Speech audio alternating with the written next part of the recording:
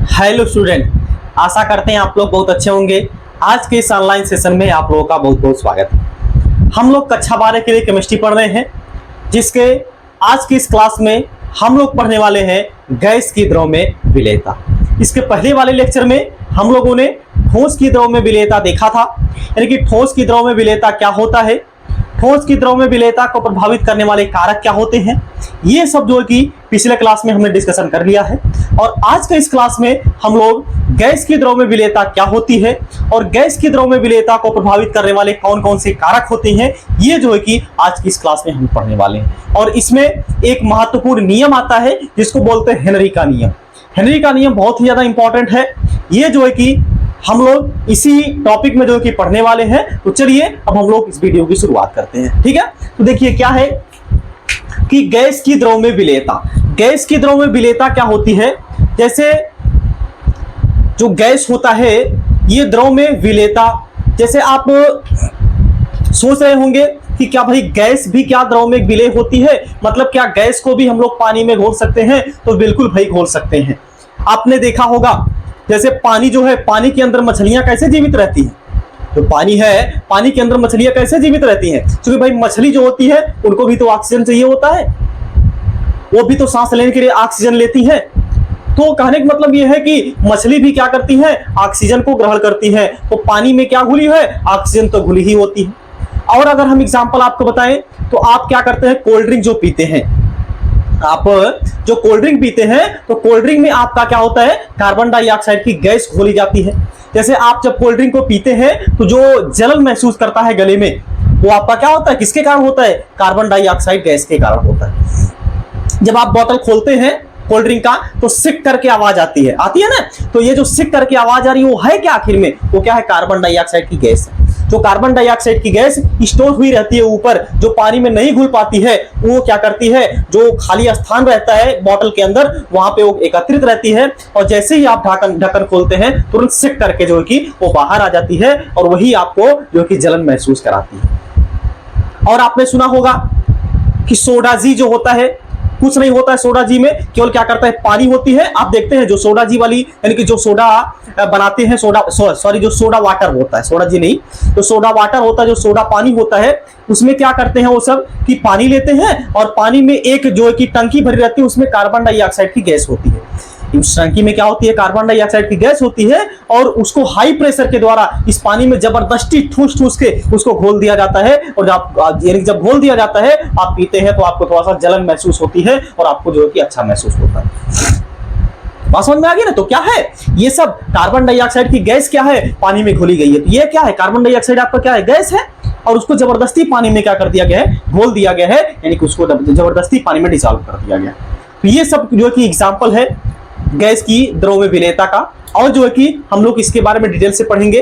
तो चलिए अब हम लोग इसमें देख लेते हैं पहले होती क्या है गैस की द्रव में विलेयता। देखिए जैसे भाई गैस को अगर आपको पानी में घोलना है, आपको क्या करना पड़ेगा, टेम्परेचर को फिक्स करना पड़ेगा। टेम्परेचर को आपको क्या करना पड़ेगा, निश्चित करना पड़ेगा, स्थिर करना पड़ेगा। और आपको क्या करना होगा, दाब भी क्या करना पड़ेगा, एक वायुमंडल करना पड़ेगा, यानी कि स्थिर ताप पर तथा एक वायुमंडलीय दाब पर, क्या है, स्थिर ताप पर तथा एक वायुमंडलीय दाब पर जो गैस की द्रव में विलेयता होती है वही, यानी कि जो कितनी गैस की मात्रा द्रव में घुली होती है वही क्या कहलाती है, गैस की द्रव में विलेयता कहलाती है। अगर आप लिखना चाहे तो लिख सकते हैं, हम इसको बोल रहे हैं क्या है, फिर से हम रिपीट कर रहे हैं कि स्थिर ताप एवं एक वायुमंडलीय दाब पर, क्या है, स्थिर ताप एवं एक वायुमंडलीय दाब पर किसी द्रव के इकाई आयतन में, किसी द्रव के इकाई आयतन में घुली हुई गैस की जो मात्रा होती है वही क्या कहलाती है, गैस की द्रव में विलेयता कहलाती है। बात सबको समझ में आ गई ना? एक बार फिर से रिपीट करें, हो सकता हो आप ना लिख पाए हो। तो क्या है, स्थिर ताप पर एवं एक वायुमंडलीय दाब पर किसी द्रव के इकाई आयतन में घुली हुई जो गैस की मात्रा होती है वही क्या कहलाती है, गैस की द्रव में विलेयता कहलाती है। और गैस की द्रव में विलेयता को प्रभावित करने वाले कौन कौन से कारक होते हैं, ये जो है कि अब हम आपको बताने वाले हैं। आपको परिभाषा समझ में आ गई होगी, अगर नहीं समझ में आई है तो आपके लिए हम इसको लिख भी दे रहे हैं यहाँ पे, ताकि आप लोगों को नोट्स भी बनाने में कोई भी प्रॉब्लम, कोई भी समस्या ना हो। क्या है लिख दे रहे हैं हम जल्दी से। स्थिर ताप एवं एक वायुमंडलीय दाब पर, एक वायुमंडलीय दाब पर, एक वायुमंडलीय दाब पर, स्थिर ताप एवं एक वायुमंडलीय दाब पर किसी द्रव के इकाई आयतन में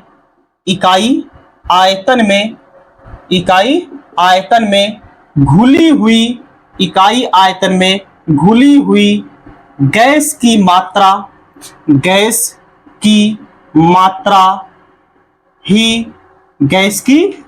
ही गैस की द्रव में विलेयता कहलाती है।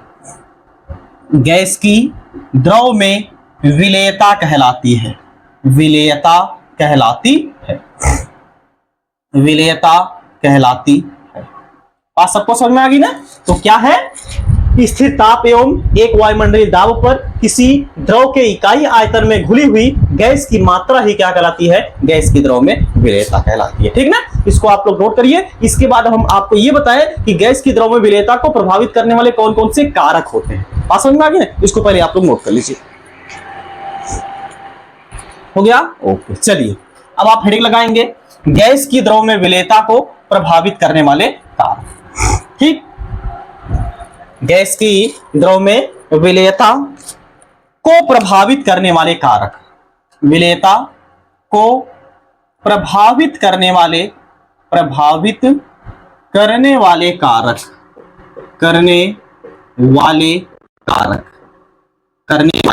कारक। ठीक ना, यानी कि जो गैस की द्रव में विलेयता होती है उसको प्रभावित करने वाले कौन कौन से कारक होते हैं, ये अब यहाँ पे हम आपको बताने वाले हैं। ठीक है, देखिए तो जो सबसे पहला प्रभावित करने वाले कारक होता है, ये होता है गैस की प्रकृति। ये होता है, पहला क्या है, गैस की प्रकृति। गैस की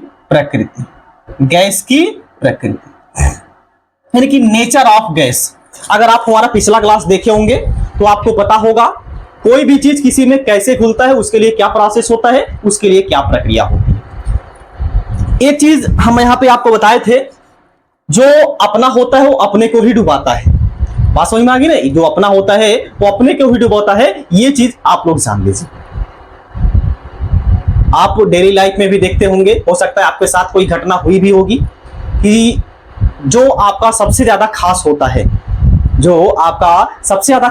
है, जिससे आपका सबसे ज्यादा लगाव होता है, एक समय आप देखेंगे वही आपका दुश्मन बनेगा, उसी से आपको नफरत होने लगेगी, उसी से आपकी जलन होने लगेगी। तो क्या है, अपना क्या किया, अपने को ही क्या कर दिया, नरक में ढकेल दिया, मतलब अपने को ही क्या कर दिया, डुबो दिया। तो इसीलिए हम यहाँ पे एक फैक्ट लेके आते हैं, इसको हम ये देखिए, हम अपने से बनाए हैं। अपना अपने से ही डुबोता है, अपना अपने को ही डुबोता है, ये हमने यहाँ पे आपको बताया।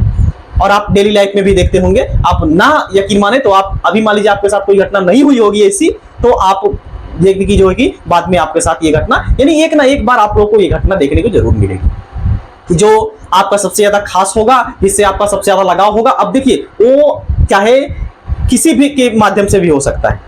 जैसे क्या होता है कि आप हैं, आपका किसी यानी कि डिफरेंट यानी कि पार्टी से आपको क्या हो गया, लगाव हो गया। तो लगाव हो गया तो धीरे धीरे आप क्या देखेंगे कि वो आपका दुश्मन बन जाएगा। इसीलिए हमने यहाँ पे बोला है कि अपना जो होता है वो अपने को ही डुबोता है। कहने का मतलब यहाँ पे क्या है कि जो ध्रुवी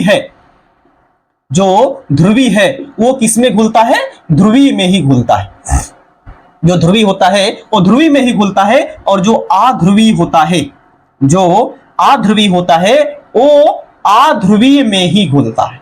बात सबको समझ में आ गई ना, यानी जो ध्रुवी होता है वो ध्रुवी में ही घुलता है। मतलब कि क्या है, यहाँ पे समझिए, अपना अपने को ही डुबोया, यहाँ पे भी अपना अपने को ही डुबोया। इसीलिए हमने यहाँ पे आपको बोल दिया है, अपना जो होता है वो क्या करता है, अपने को ही डुबोता है। बात सबको समझ में आ गई ना। चलिए, अब ये ध्रुवी और अध्रुवी का मतलब यहाँ पे क्या है, ध्रुवी कैसे ध्रुवी में घुलता है, क्या चीज होता है, हमने पिछले क्लास में बता दिया था। तो ये चीज हम थोड़ा सा यहाँ पे इसके बारे में और हम यहाँ पे आपको बता दें कि ध्रुवी क्या होता है, जिसमें ध्रुव जनरेट हो सकता है। ध्रुवी का मतलब पॉजिटिव और निगेटिव, जिसमें पॉजिटिव नेगेटिव बन सकता है, जिसमें पॉजिटिव नेगेटिव जनरेट किया जा सकता है, उसी को हम लोग क्या बोलते हैं, ध्रुवी बोलते हैं, उसी को हम लोग क्या बोलते हैं, पोलर बोलते हैं। ठीक है ना। जैसे अगर हम बात करें तो ये है भैया आपका H और Cl।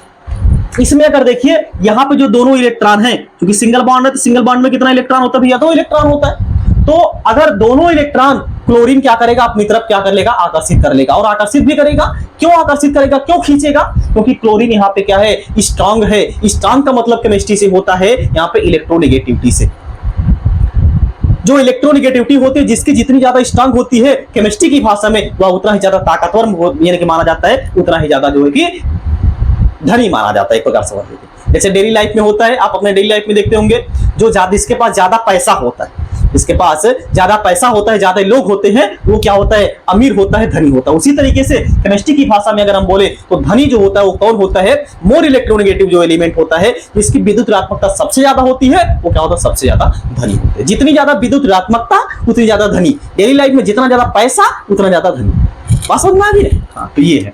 तो क्लोरीन क्या करेगा, दोनों इलेक्ट्रॉन अपनी तरफ क्या कर लेगा, खींच लेगा, और जब खींचेगा तो जिस पर जाता है उस पर निगेटिव का चार्ज होता है, यानी ये बन जाता है H प्लस और Cl बन जाता है माइनस। अब ये देखिए प्लस और माइनस में यहाँ टूट गया, तो ये आपका कैसा हो जाएगा, पोलर हो जाएगा, जिसी को हम लोग हिंदी में क्या बोलते हैं, ध्रुवी बोलते हैं, और इंग्लिश में अगर हम बोले इसी को पोलर बोला जाता है।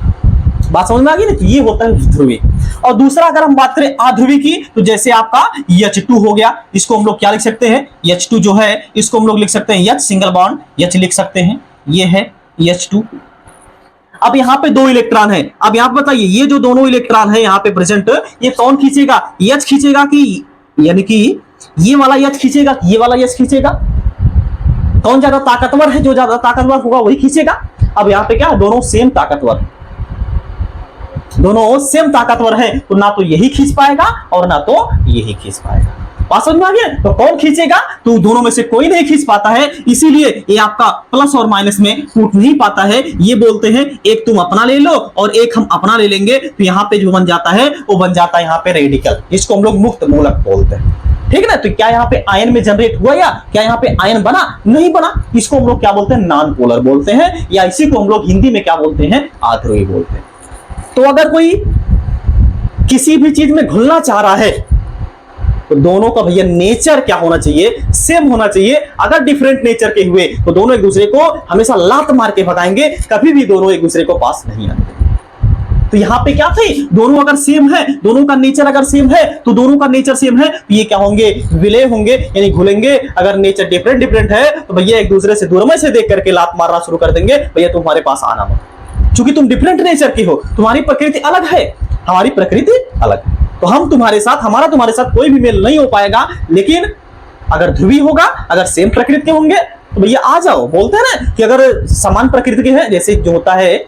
अच्छा एक चीज और हम यहाँ पे आपको बता दें, आप डेली लाइफ में अपने देखे होंगे, जो जैसा होता है उसका वैसा मित्र भी होता है। जैसे जो चोर डाकू होते हैं उनके मित्र भी चोर और डाकू होते हैं। तो क्या है वहां पे, दोनों की प्रकृति क्या है, सेम है, तभी दोनों वहां पे अट्रैक्शन हुआ, तभी दोनों में यहाँ पे मिलाव हुआ। लेकिन जो अच्छे पर्सन होते हैं उनके अच्छे ही मित्र होते हैं, ये आपने डेली लाइफ में देखा भी हो। तो ये क्या है, दोनों की नेचर सेम थी, तभी तो वहां पे जो कि मिलाप हुआ दोनों में। ये चीज यहाँ पे होता है। तो यहाँ पे भी वही बात है। तो ध्रुवी जो होता है ध्रुवी में घुलता है, और अध्रुवी जो होता है अध्रुवी में घुलता है। ये क्या होगा, ध्रुवी। ध्रुवी का मतलब जिसको हम लोग प्लस और माइनस में तोड़ सकते हैं, और अध्रुवी का मतलब है जिसको हम लोग प्लस और माइनस में या नहीं तोड़ सकते हैं, वो अध्रुवी, और तोड़ सकते हैं तो ध्रुवी। ठीक है, चलिए अब जैसे ये कैसे प्रभावित करता है तो देखिए जरा ध्यान से। जो पानी होता है, जो H2O होता है, H2O की जो नेचर होती है वो आपकी कैसी होती है, पोलर होती है, यानी कि ध्रुवी होती है। इसको हम लोग तोड़ देते हैं तो H प्लस और OH माइनस। तो जल जो है समानता हम लोग विलेयता जो होते हैं जल में ही अक्सर देखते हैं। तो जल जो है कैसा नेचर का है, पोलर नेचर का, यानी ध्रुवी नेचर का, ध्रुवी प्रकृति का है। जब ध्रुवी प्रकृति का है तो जो गैस होगा, गैस भी आपकी कैसी होनी चाहिए, ध्रुवी होनी चाहिए, यानी कि पोलर होनी चाहिए। पोलर जैसे कौन सी गैस पोलर होती है, जैसे अगर हम बात करें तो आपका क्या हो जाएगा भैया, जैसे आपका HCl हो जाएगा। अभी हमने जो एग्जांपल दिया था वो क्या था, HCl था, NH3 था, HBr था। तो अगर हम HCl ले लें या फिर HBr ले लें तो इनकी भी प्रकृति कैसी होती है, पोलर होती है, यानी ये भी क्या है, पोलर। अब देखिए दोनों की प्रकृति सेम है तो दोनों का मिलाप आपस में हो जाएगा, दोनों आपस में पास आ जाएंगे, दोनों में अट्रैक्शन हो जाएगा। बात समझ में आ गई ना, दोनों में रिलेशन यहाँ पे बन जाएगा। तो यहाँ पे क्या है, दोनों की नेचर क्या है, सेम है, दोनों की प्रकृति यहाँ पे सेम है। मतलब कि अगर जो गैस है, गैस की प्रकृति अगर ध्रुवीय है तो उसकी जल में विलेयता क्या होगी, बढ़ जाएगी। और अगर गैस की प्रकृति कैसी है, अध्रुवीय है, जैसे अगर आपका H2 हो जाए या अगर आपका O2 हो जाए, या आपका H2 हो जाए या आपका O2 हो जाए या आपका N2 हो जाए, तो ये सब की जो जल में विलेयता होती है वो क्या होती है, कम होती है, यानी कि घट जाती है। क्यों घट जाती है, क्योंकि दोनों की प्रकृति यहाँ पे डिफरेंट हो जाती है। ये आपका पोलर है यानी ध्रुवीय है, जबकि ये कैसा होता है, अध्रुवीय होता है। तो इनकी जल में विलेयता क्या हो जाती है, घट जाती है। बात सबको क्लियर हो गई ना। क्या है गैस की द्रव में विलेयता को प्रभावित करने वाले कारक में पहला, गैस की प्रकृति। गैस की प्रकृति मतलब अगर गैस की प्रकृति ध्रुवीय है तो वो जल में क्या होंगे, घुलेंगे, मतलब जल में विलेयता उसकी बढ़ेगी। लेकिन अगर गैस की प्रकृति अध्रुवीय है तो उसकी यानी कि जो जल है, यानी कि जो द्रव है, उसमें विलेयता क्या हो जाएगी, घट जाएगी, यानी कि कम हो जाएगी। बात सबको समझ में आ गई ना। अगर आपको लिखना होगा अपने शब्दों में बना करके इसको आप लोग लिख लीजिएगा। इसके बाद आप लोग नोट करिए, और हम इसको अगर आप कुछ नोट करना इसमें तो आप हम नोट कर लीजिए। और इसके बाद अब हम अगला फैक्टर बताएं, अगला जो प्रभावित करने वाले कारक है जिसको हम लोग डिस्कशन करेंगे, टेम्परेचर को। ठीक है, तो क्या है उसको अब यहाँ पे आपको बताने वाले हैं, लेकिन उसके पहले आप लोग इसमें कुछ नोट करना हो इसको नोट कर लीजिए। हो गया, ओके। चलिए अब यहाँ पे हम आपको बताते हैं दूसरी जो प्रभावित करने वाली जो कारक है वो है आपका टेम्परेचर, यानी कि ताप। क्या है भैया, ताप, जिसको हम लोग टेम्परेचर बोलते हैं। ठीक है ना, क्या है, ताप, जिसको हम लोग टेम्परेचर बोलते हैं। ठीक, तो ये है टेम्परेचर। तो कैसे टेम्परेचर इफेक्ट करता है, कैसे टेम्परेचर इफेक्ट करता है, अब इसको जरा आप समझिए। इसके लिए एक नियम काम में आता है जिसको बोलते हैं ला सतेलिया का नियम। ला सतेलिया नहीं, ला सतेलिए, जिसको इंग्लिश में ला यानी कि ली चैटलियर प्रिंसिपल बोला जाता है। इंग्लिश में इसको ली चैटलियर प्रिंसिपल बोला जाता है, जिसको हम लोग हिंदी में क्या बोलते हैं, ला सतेलिए का नियम बोलते हैं। और ला सतेलिए का नियम यानी कि क्या कहता है कि अगर आप क्या करते हैं, गैस को किसी द्रव में डिसॉल्व करना चाहते हैं, गैस को किसी द्रव में घोलना चाहते हैं, तो वहां पे ऊष्मा जो होती है वो रिलीज होती है, ऊष्मा क्या होती है, निकलती है। तो आप क्या कर रहे हैं, गैस को द्रव में घोलना चाह रहे हैं, आप गैस को द्रव में घोलना चाह रहे हैं। जैसे मान लीजिए जैसे ये मान लीजिए हमने कोई पात्र लिया है और इसमें जो है कि हमने भर दिया है कोई द्रव, और द्रव में सिंपली हमने ले लिया है क्या, H2O। इसमें आपको क्या करना है, मान लीजिए आपको HCl को इसमें आपको डिसॉल्व करना है, और ये है HCl के मॉलिक्यूल, यहाँ पे ये है HCl के मॉलिक्यूल यहाँ पे। तो ला सतलिया का जो प्रिंसिपल होता है, सिद्धांत होता है, वो क्या कहता है कि अगर हम क्या करेंगे, इस गैस को अगर आपको इस द्रव में घोलना है,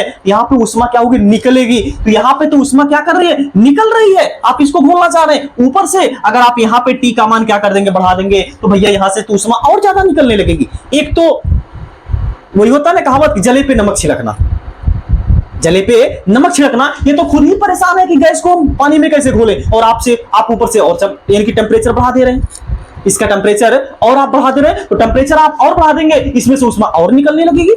और ऊष्मा जितनी ज्यादा मात्रा में निकलेगी, उसकी गैस की जो द्रव में विलेयता होगी वो क्या होगी, उतनी ही ज्यादा कम होगी, उतनी ही उसकी विलेयता क्या हो जाएगी भैया, घट जाएगी। फिर से समझिए इसको, हमने क्या बोला, ला सतेलिए का नियम क्या कहता है कि किसी गैस की द्रव में विलेयता, यानी कि किसी गैस को द्रव में घोलने पर उसमें से ऊष्मा क्या होती है, रिलीज होती है, उसमें से ऊष्मा निकलती है। और अगर ऊष्मा निकल रही है, आप उसमें, ये तो ऊष्मा खुद ही बाहर निकाल रहा है, बार बार यानी कि फेंक रहा है बाहर, और ऊपर से आप इसको यानी कि टेम्परेचर दे रहे हैं। टेम्परेचर मतलब क्या, हीट, यानी कि ऊष्मा। ये तो चाह रहा है कि हमारे अंदर से ऊष्मा निकले, क्योंकि जितनी ज्यादा मात्रा में ऊष्मा निकलेगी उतनी ज्यादा मात्रा में गैस हमें डिसॉल्व होगी।